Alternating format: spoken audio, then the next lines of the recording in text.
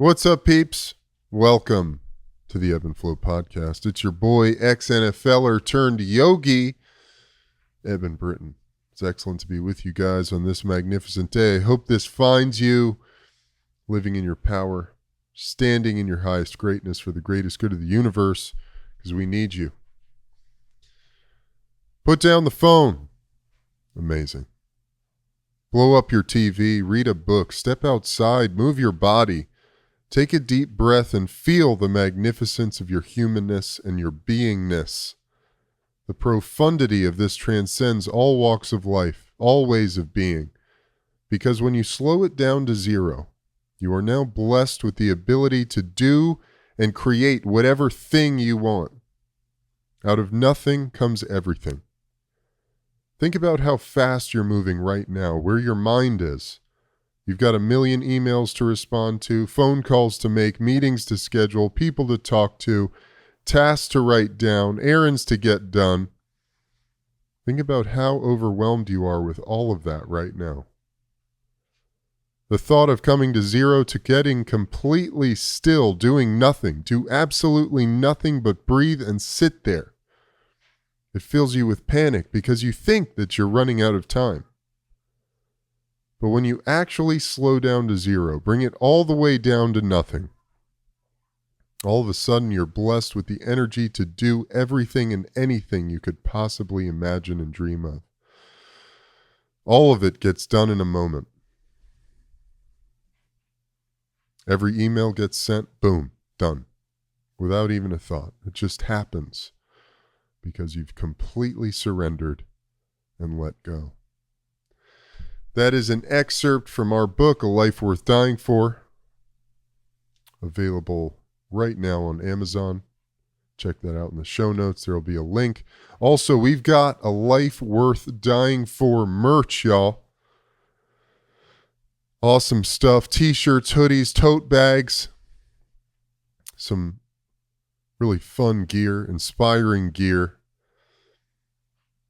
So check that out at higherpowerworkshop.com. Link for that will be in the show notes as well. Check that out. Would love to see you guys join me and the Power Tribe on Patreon. Patreon.com/EDS Britain. That link will be in the show notes. Get bonus Eben Flow content, guided meditations, breathwork exercises, yoga flows, motivational speak, words of awareness. Also, I'm offering group sessions. Today, actually, we did a breathwork and yoga flow with the Power Tribe live on Zoom. There are various packages available there on Patreon. Would love to see you guys join. I'm also offering Eben Flow coaching. These are one-hour sessions, one-on-one sessions each month. There's a limited availability there. So if you're interested, check it out. Would love to connect with you. All right, y'all. Today's episode, Good and Evil, the Nature of. Most specifically focusing on evil.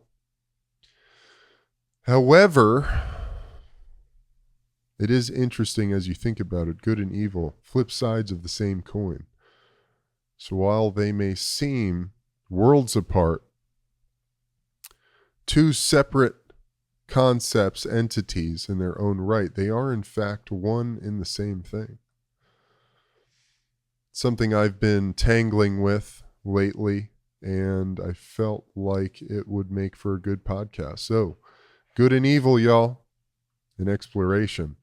Lots of love to you guys. Have an epic rest of your day, and I'll see y'all on the flip side. Peace. You have unlocked the eternal link to internal source, the key of imagination, your admission, access to the enlightened dimension. A gateway at the junction of darkness and light, the place at which the chaos of our conditioned frame of mind give way to a life in constant flux. only to be mastered through vigilant discipline. Peaceful times may come, testing times may go. This is the Eben Flow.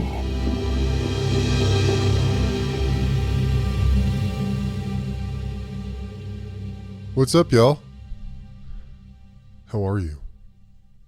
It's excellent to be with you guys on this magnificent day. It's a solo roll. I enjoy doing these. The content or the topic of discussion today has been something I've been working through for a little while now. Good and evil, most specifically the nature of evil. What is it? Does it exist? Something I've been grappling with for a little while. And I'm excited to dive in. I've got some literature to tap into. I've got quotes from some very high-level thinkers throughout history who have commented on evil. Before I get into that, I thought it'd be fun to, if you guys are interested in some of the supplements I take. Today, I'm chewing on this Lucy nicotine gum. Super clean. It was a gift from Dave Asprey. You chew it 10 times, park it in your cheek. Super clean. Nicotine is, yes, it can be highly addictive, but it's also a powerful nootropic. And I really enjoy it. Just lights the brain up, gets me into the flow. I really enjoy it.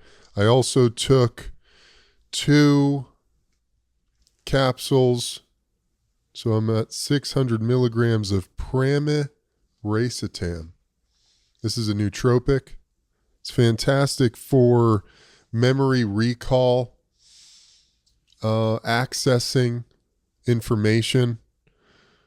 It's one of my favorites, honestly. I take it before most podcasts, and I feel like I'm able to find the words more fluidly as a result. It's fantastic. You know, I suffered a lot of concussions during my football career, so I'm always looking for any way I can to optimize my brain function.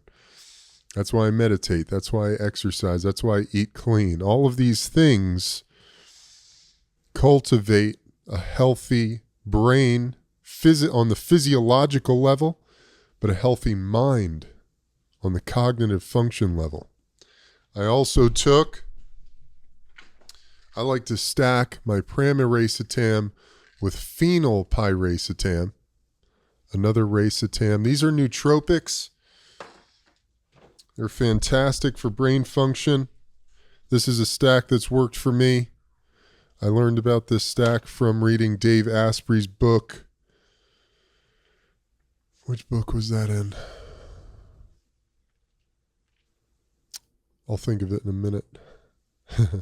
It's fantastic stuff. So anybody interested in what I do, that's part of my routine, especially on podcast days. So today's episode, good and evil, more so focused on the aspect of evil. What is it? So in my spiritual evolution, I less and less feel like the term spiritual makes sense, because I am descending into a place where it's all spirit, the physical, the mental, the ethereal. It's all spirit. This whole thing, this vessel, our physical bodies, it's all a manifestation of spirit. And this whole world, this whole universe is spirit in motion. So to use a term like spiritual, it it really compartmentalizes in a false way the experience of the conscious evolution. So as we come into a place of knowing God, knowing a higher power, getting to know our higher self, tapping into the center of our being, as I say, you come to realize that God is in everything. God is in everything. The ebb and the flow, life and death, the darkness and the light, the sky and the earth, the trees, the birds, the bees, the humans. And my brother said something to me when Sonny died. And he said to me, and I had heard this before, but in the moment it was so profound. You know, God is not some buffet line where you're standing in line and you're going, oh yeah, that's God, but that isn't. This is God over here, but that's not God over there. So when you come into that perspective that God is in everything, Spirit is in everything, we can no longer differentiate between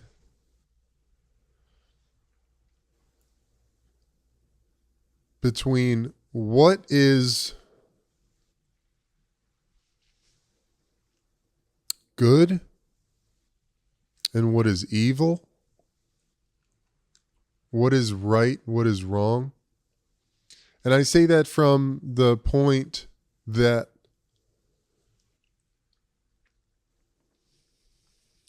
on a physical level, we can differentiate between those things. But it becomes more and more difficult to extract the evilness, the wrongness, the darkness from the light, because it's the flip side of the coin. You know, I look around me in this world.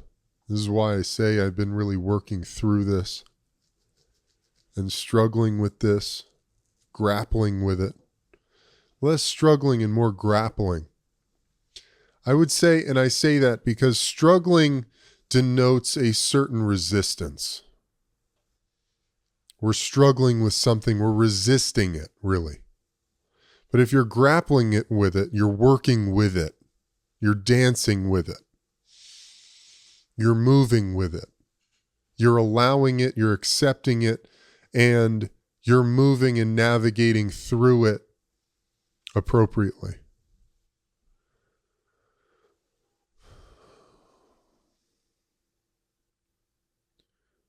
So I look around the world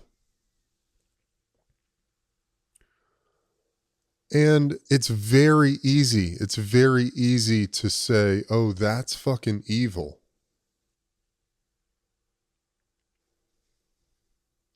That person is acting with malintent. That's an evil person.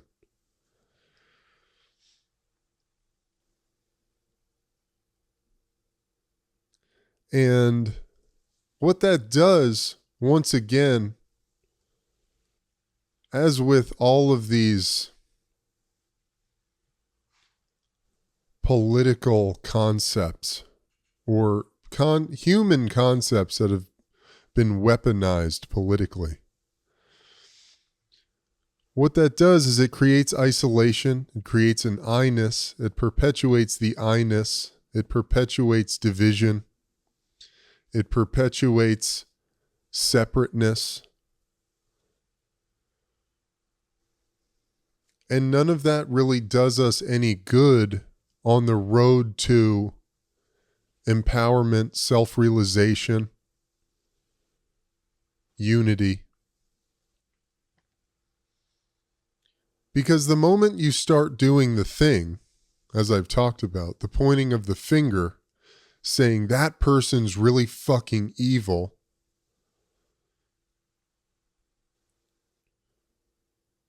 and they are making my life hell, or they are doing X, Y, and Z to the planet, or they are doing X, Y, and Z to humanity,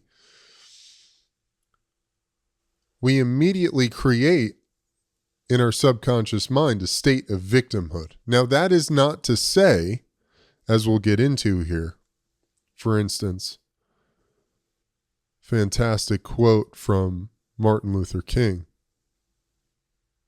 and there are many others like this: to ignore evil is to become an accomplice to it. Or what Einstein said: the world is a dangerous place, not because of those who do evil, but because of those who look on and do nothing. So that is not to say that we don't call it out when we see the wrongs. That is not to say that we don't acknowledge and snuff out the persons who are committing actions or taking actions that perpetuate pain and suffering in the world.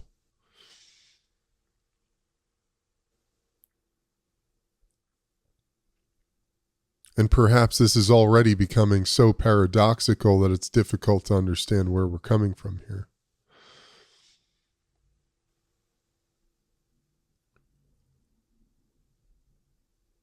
But being in that state of victimhood, blaming, the finger pointing, saying that's fucked up, that's wrong, that's evil, it disempowers us. Which is what the powers that be, the government, the institutions are all thriving on. The media, they're all thriving on this collective state of disempowerment, of victimhood, that is plaguing humanity.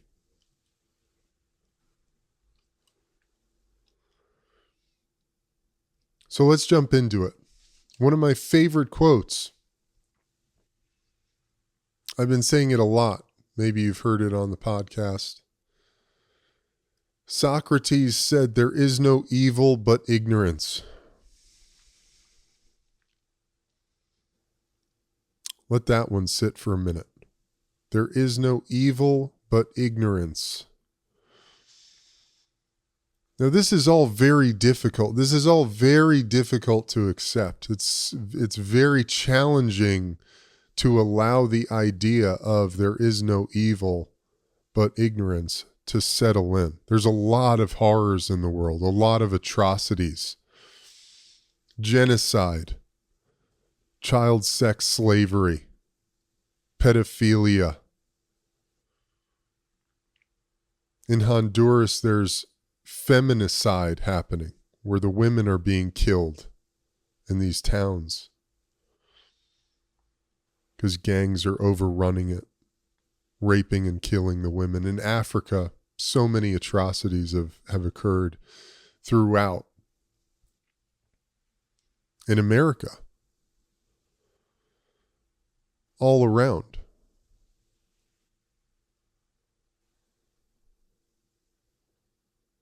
From the material paradigm, from the physical dimension, it's incredibly difficult to say there is no evil but ignorance.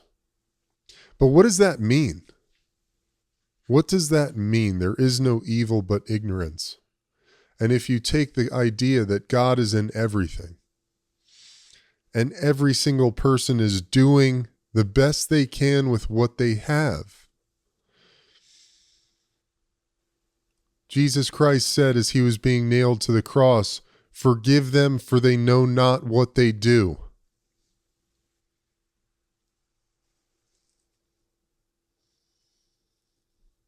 What does that mean? So can we come to this place where we allow the possibility that every single person living on this planet throughout history has simply been doing what they think is right to achieve a certain level of happiness or wholeness or a sense of doing good, and yet their actions have had horrific results.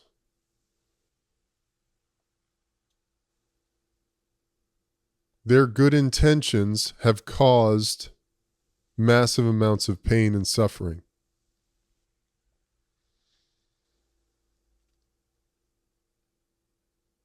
I'll use this example again.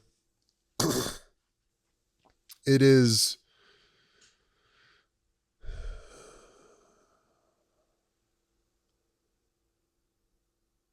a difficult one and an obvious one, the Holocaust and Hitler.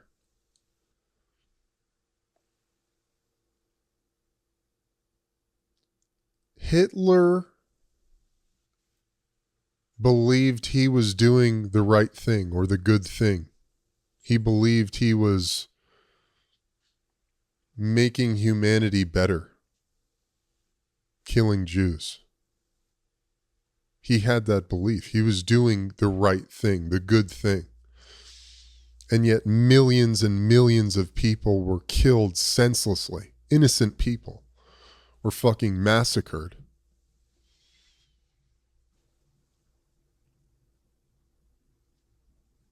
Now, from one plane you go, well, Hitler was an evil individual. That's true. His actions were no doubt evil. But from his perspective, he was not acting from a place of evilness. It's very difficult, very challenging to accept that on an emotional level.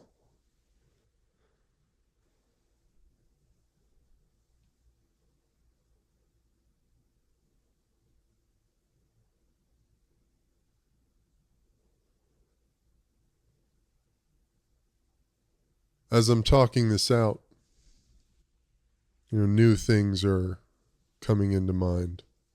Slavery. On one hand, the people who are perpetuating the slavery throughout history. Slavery is a concept. They are looking to boost profits, boost production for minimal cost. And they're not taking into account the lives and well-being of the human beings who they are exploiting. So it comes to a conversation of awareness, the state of awareness of the individuals who are causing these effects, who are taking these actions.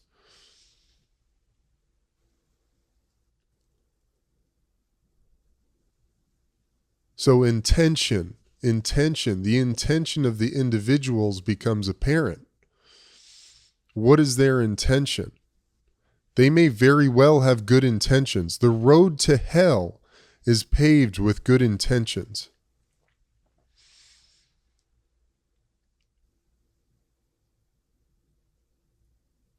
We can apply that to today. In the COVID paradigm, lockdowns, mandates, restrictions, taking away people's livelihood, shutting down businesses.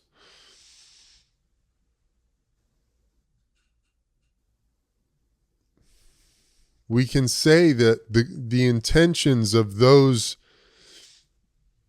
in power making decisions to put all of these things in place, they had good intentions. It's for the greater good. We have to all stop what we're doing, lock down, not leave our homes, not go outside, not connect with our loved ones, mask ourselves, do X, Y, and Z. It's for the greater good. Not having any awareness of the aftermath or the potential pain and suffering that will inevitably be caused through those types of decisions, actions, mandates, etc.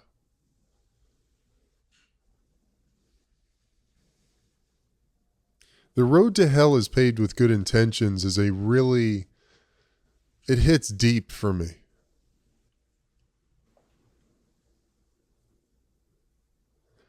There's something I can apply this to in my own life path.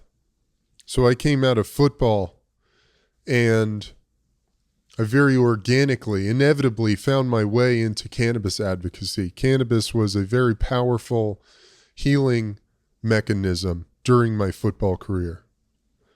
Suffered a lot of concussions, a lot of physical damage to my body. And I found intuitively, I found a lot of peace and healing through the cannabis plant.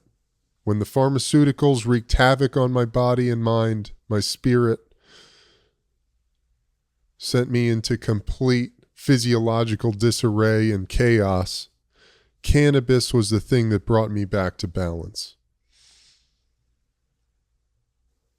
With the brain, we know federal government has a patent on cannabinoids as neuroprotectants and antioxidants.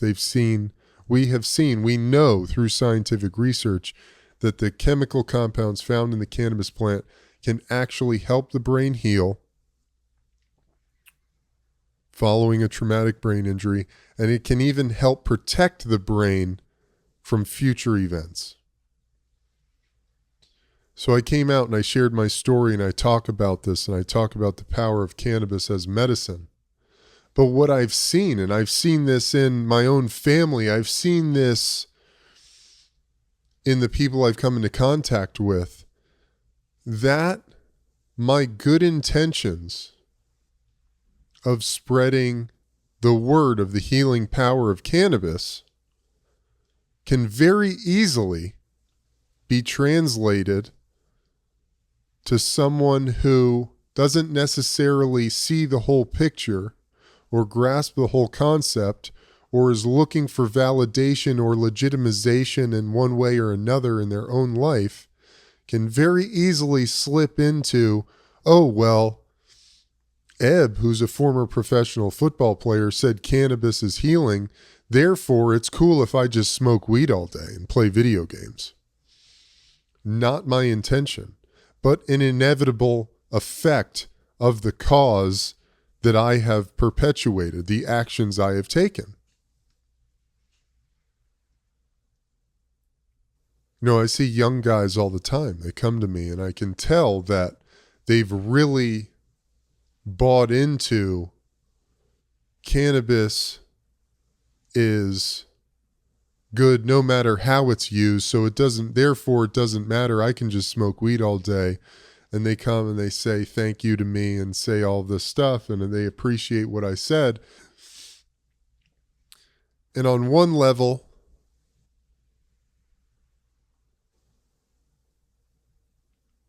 I recognize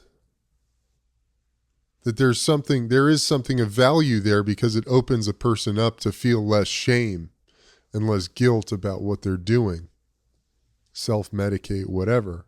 But on another level, my message has perhaps hindered the growth and the evolution of a person because they have now taken my message and used it to validate a half-baked, if you will, perception of reality.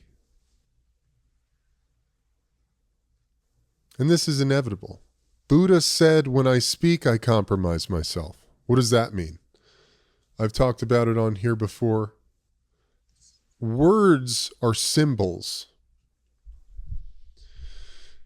And every time we speak, the words that we use, they travel through the ether. They get picked up by the various beings who are in the path of reception. And our mind takes the information in, and it creates this structure, this model to understand the concept of what is being spoken.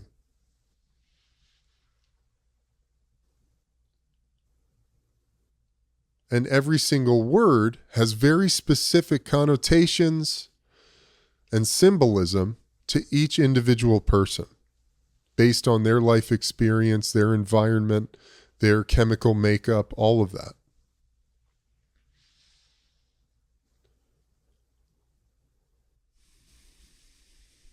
Is this making sense? And the idea of good and evil, they're the flip sides of the same coin. So inevitably, by doing good, there is some evil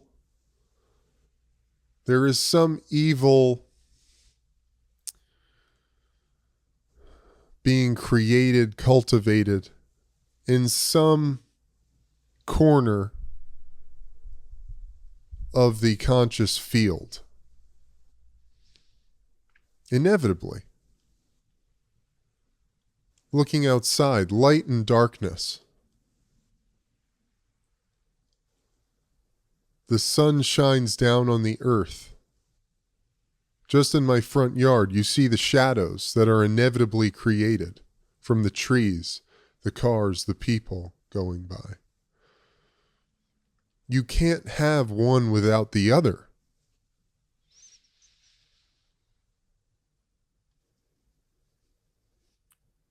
And I was listening to this Ram Dass talk the other day. And he was talking about when he really first came into meditation. And he fell so in love with meditation because it brought such a wholeness, a completeness, a bliss, an ecstasy into his life that he had never experienced before. And he was working with this famous guy, Joseph Goldstein, a famous meditation practitioner. And he was doing this meditation, and he was feeling so much peace and bliss and magnificence inside of himself. And he went to Joseph and he said, Joseph, I can't thank you enough, man. I've never felt so much peace and so much bliss ever. And Joseph said, that's really nice, man. It's really nice, Richard. Why don't you go back over there, sit down, and just continue listening to your breath? And what was so fascinating about that is like we're seeking peace, we're seeking serenity, we're seeking goodness. And when we're seeking all of those things, we're still caught in the dualistic paradigm of this and that, of other, of black and white. Because inevitably with peace or serenity or bliss, the flip side of those coins is chaos, pain, suffering, sadness, anxiety.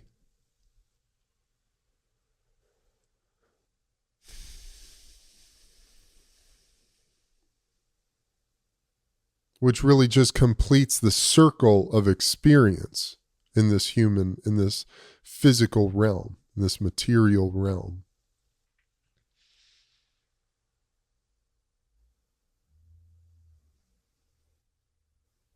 Have there ever been any good, truly good actions that have not resulted in some maleffects, some evil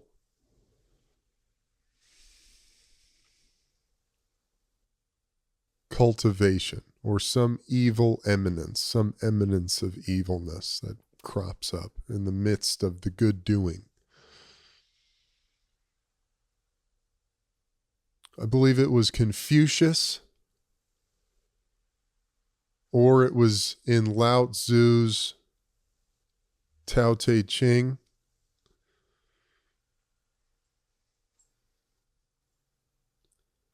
Where he said the goody-goodies are the thieves of virtue. It's an interesting one. Here's a quote from Mary Shelley. No man chooses evil because it is evil. He only mistakes it for happiness, the good he seeks. Now that comes back to that point, right? There is no evil but ignorance.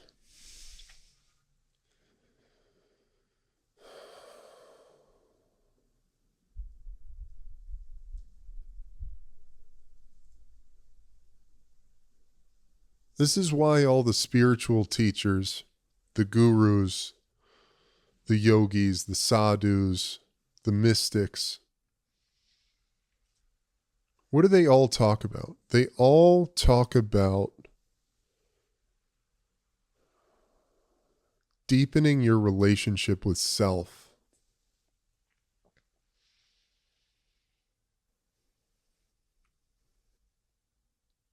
Meditation. Going within to find the answers.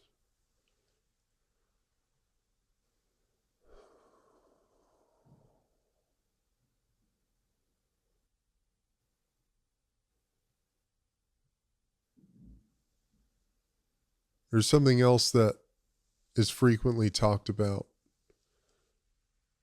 in the spiritual circles. Again, I'm using that term to identify where we are. And like Buddha, when I speak, I compromise myself. We all do, you know.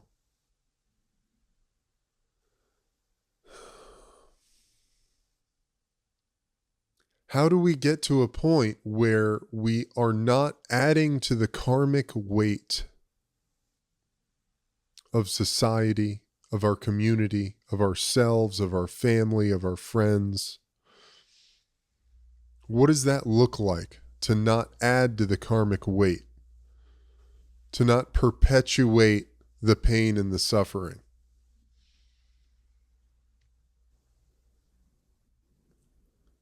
As strongly as I feel about certain things that are happening in the world right now, I have come to realize that it is not necessarily helpful to go swinging the battle axe into the digital crowd of people, shouting my righteousness and my truth.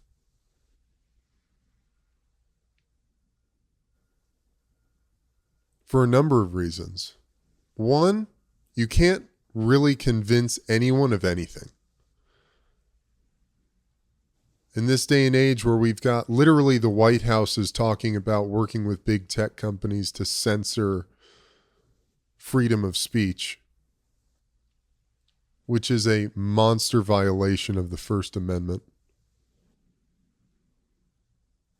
Progress only happens through open dialogues. Agree or disagree. But we can only get to the higher echelons of understanding and knowledge if everyone is able to express their experiences and perspectives. But you're never going to really convince anyone. You can share the information, and that may be helpful. But who is to say what's true and what's not true? We like to lean on this idea of science being real, science being the authority. But even science is constantly evolving. Science, the fundamental philosophy of science is truly about constantly being malleable and flexible and able to evolve with as new information comes in.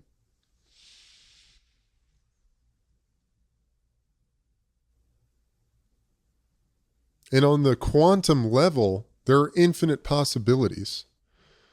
Your body, your physical body, has billions of cells. You have a very unique, specific genetic chemical makeup based on your lineage, your parents, your family, your environment, your lifestyle. It's all very unique and specific.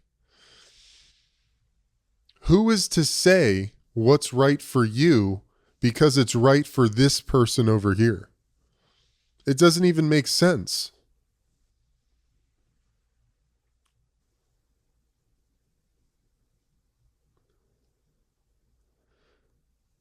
To make extreme generalizations about how things are or what things are.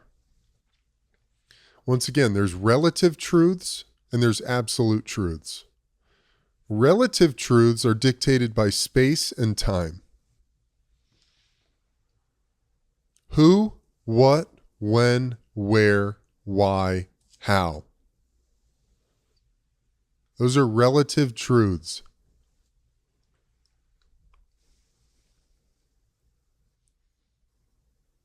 And then there's the absolute truth of the universe.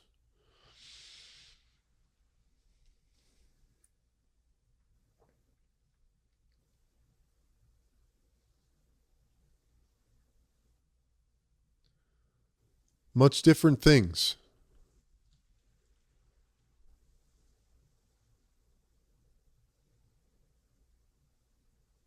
Gus and I were talking about the other day, and that podcast will probably come out before this one.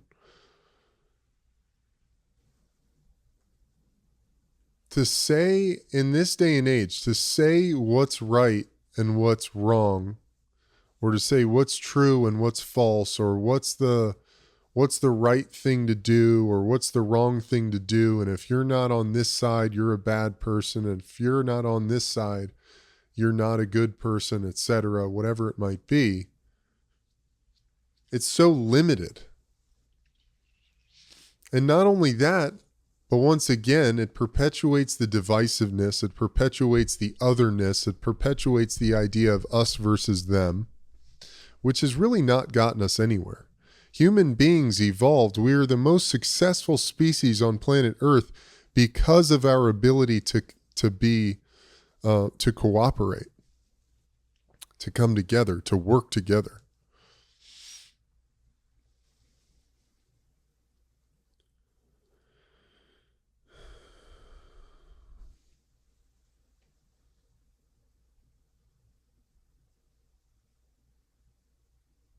There are 4 planes of reality: the spiritual plane, the emotional plane, the mental plane, and the physical plane.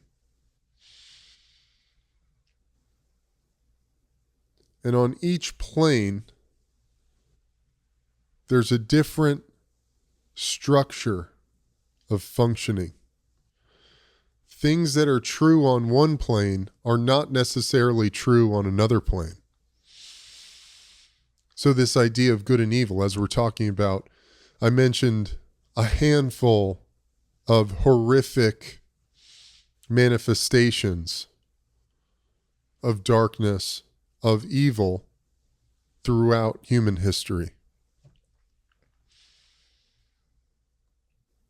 On one plane, it's very true, it's real. But on another plane, is it real? Is it true?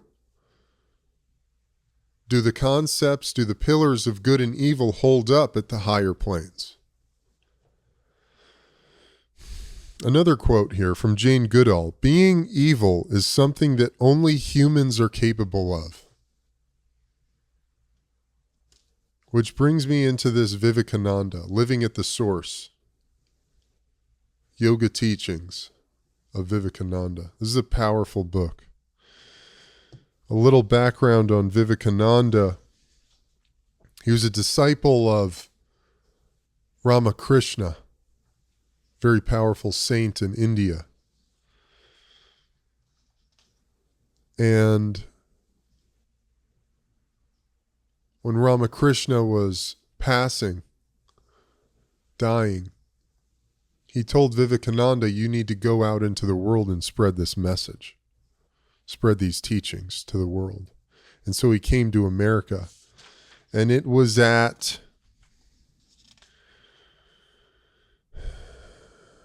Vivekananda appeared on the American scene at the Parliament of Religions during the World's Columbian Exhibition in Chicago in 1893.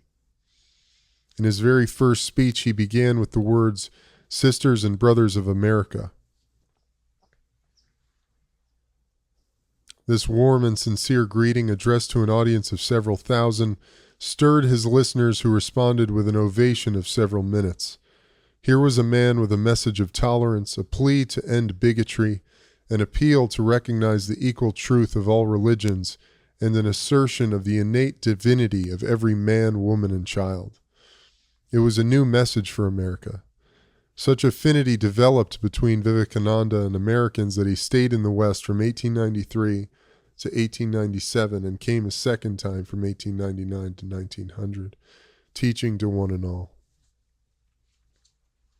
One of his opening lines, everything in the universe is struggling to complete a circle, to return to its source, to return to its only real source, the self. Now he has there's a whole section on good and evil, the forces of good and evil. And what I appreciate about this, because you speak to a highly evolved spiritual person, and they will say there is no such thing as evil.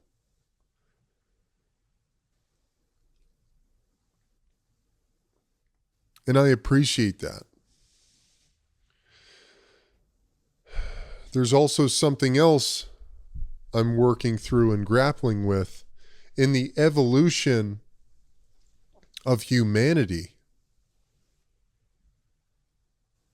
We must be willing to stand up against evil. World War II, for instance. Nazi Germany was wreaking havoc on the world. If no one stood up, if we said, you know what? Evil doesn't exist. God will take care of it. We could have very well seen Nazism perpetuated across the globe. Why not? They wouldn't have stopped. Hitler wasn't going to stop anytime soon.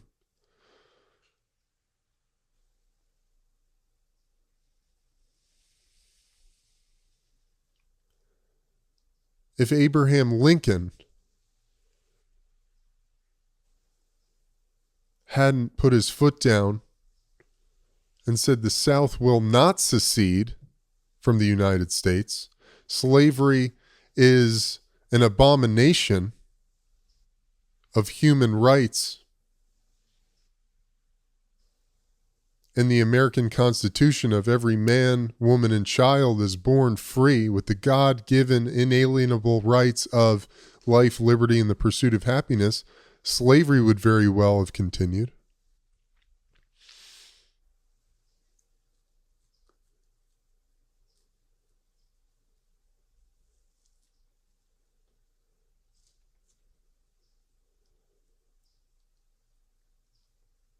So Vivekananda really takes this into account, this idea. And bringing it back to the microcosm of the human being. We are God manifested in physical form.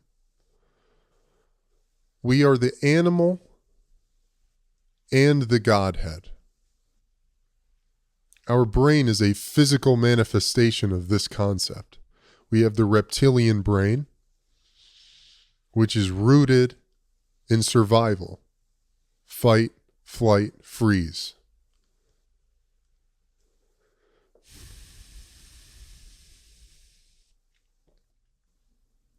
We have the prefrontal cortex, executive decision making. the Godhead. Our consciousness is vast.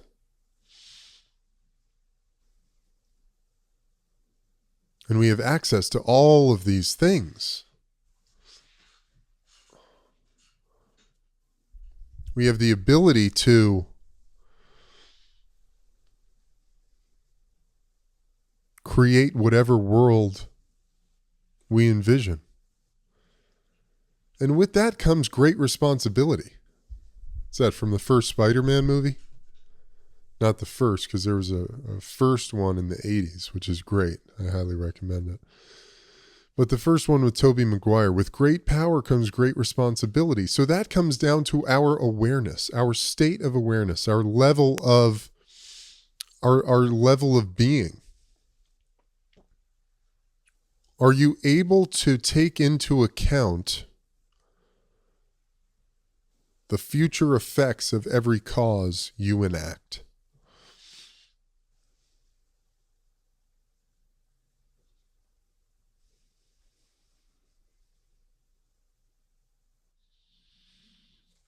So Vivekananda, the forces of good and evil. This is chapter 2, the human condition.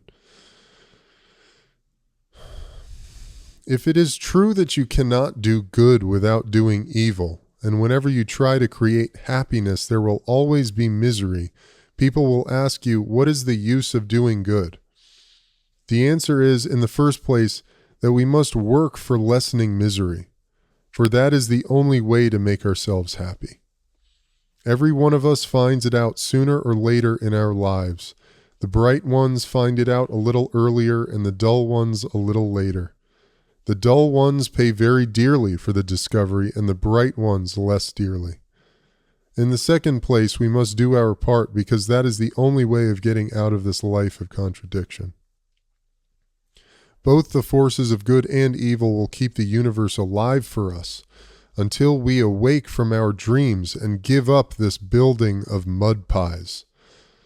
That lesson we shall have to learn, and it will take a long, long time to learn it.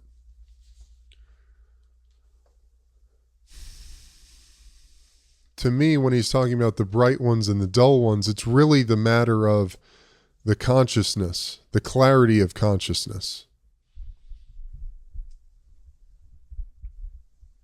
The bright ones being the ones who have put in the work to polish their perception. The dull ones being the ones that are a little bit more clouded.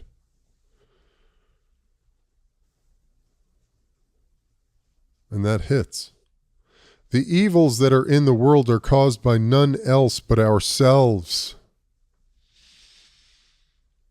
You know, one of the arguments against God is that if God exists and there's so much evil and pain in the world, why doesn't God simply take it away? The evils that are in the world are caused by none else but ourselves, going back to Jane Goodall. Being evil is something that only humans are capable of.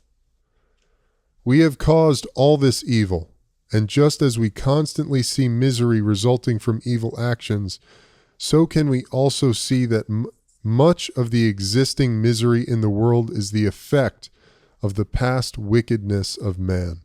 Man alone, therefore, according to this theory, is responsible. God is not to blame. The two conjoint facts of perception we can never get rid of are happiness and unhappiness. Things which bring us pain also bring pleasure. Our world is made up of these two. We cannot get rid of them. With every pulsation of life, they are present. The world is busy trying to reconcile these opposites. Sages are busy trying to find the solution of this commingling of the opposites. Opposition to a righteous work initiated with moral courage will only awaken the moral power of the initiators the more. That which meets with no obstruction, no opposition, only takes men to the path of moral death. Struggle is the sign of life. Can any permanent happiness be given to the world? In the ocean, we cannot raise a wave without causing a hollow somewhere else. The sum total of the good things in the world has been the same throughout in its relation to man's need and greed. It cannot be increased or decreased. The sum total of the good things in the world has been the same throughout in its relation to man's need and greed. It cannot be increased or decreased.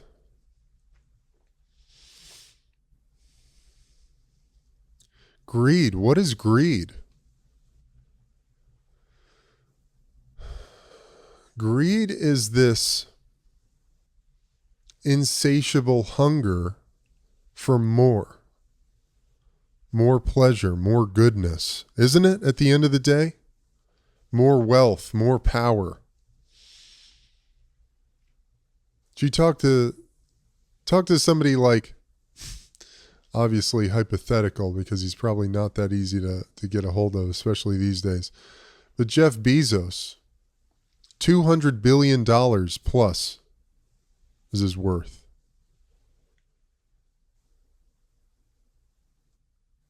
And he probably feels like that still isn't enough. I mean, look at how he pays his workers.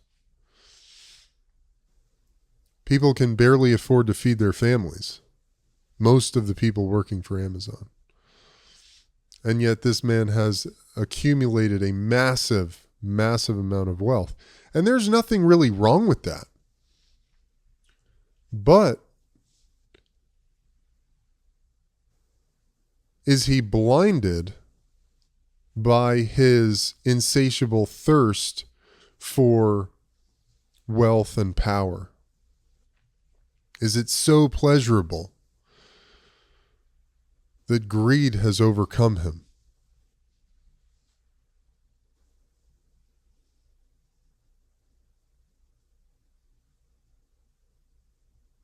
Is he blinded to the effects of his mission?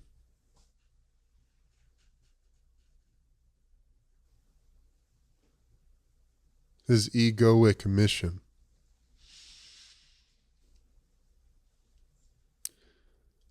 I have to say that living at that level, it occurs to me that you can only be living from the mental plane.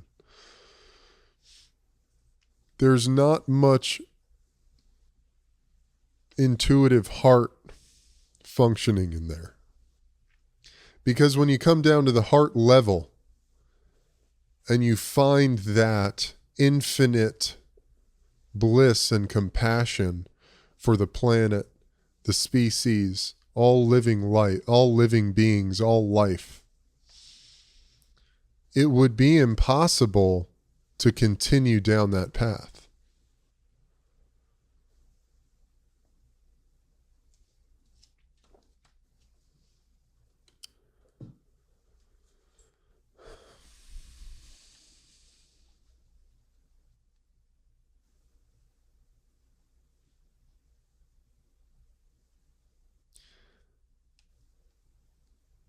I understand this is,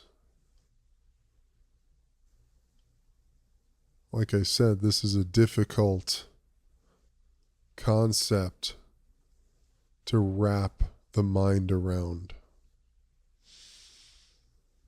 And I say that from the place of having difficulty with it.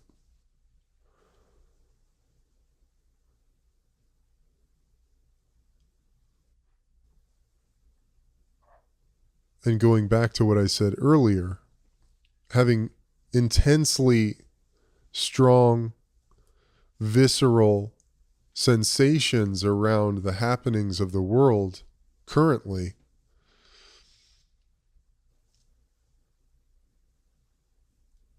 I'm very mindful about how I am going about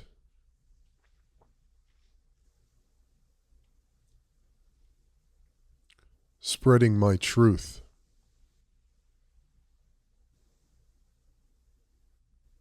I said earlier, it's difficult to convince anyone of anything. It's also important not to perpetuate fear and paranoia. because that doesn't do any good.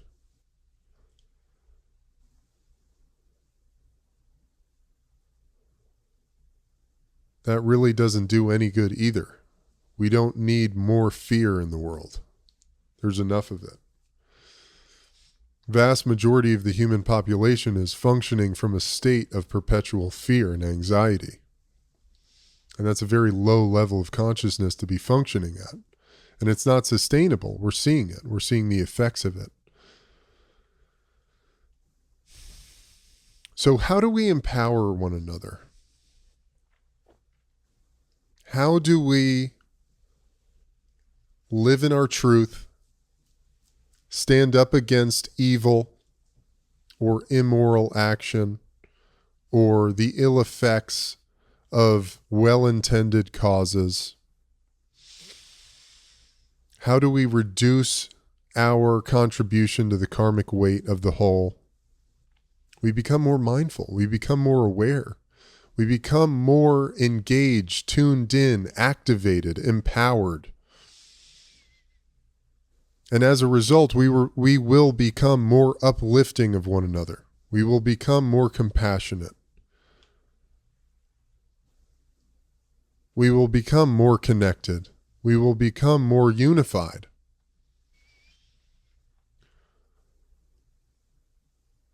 I hope you guys got something out of that. Maybe it made sense. Maybe it didn't. Maybe you're thinking, what the fuck are you talking about, dude? And that's okay too. I appreciate that very much. And I'm sure this will be a topic that I will come back to. But it's fascinating. All right, y'all. Well, I appreciate you guys so much. Thank you for everything. Thank you for your support. Thank you for being a part of this community. I'd love to have all of you join me on Patreon, patreon.com/EDS Britain. Join the Power Tribe. There's bonus Eben Flow content there. Lots of good stuff. I'm doing group yoga and breathwork and guided meditation sessions. I'm also offering Eben Flow coaching. These are 1 hour one-on-one sessions each month. There's a couple packages available on Patreon if you're interested in that. There is limited availability, but would love to see you guys there. Lots of love to all of you. Have an excellent day, standing in your truth, living in your power, because the world fucking needs you. All right, y'all. Much love. See y'all on the flip side. Peace.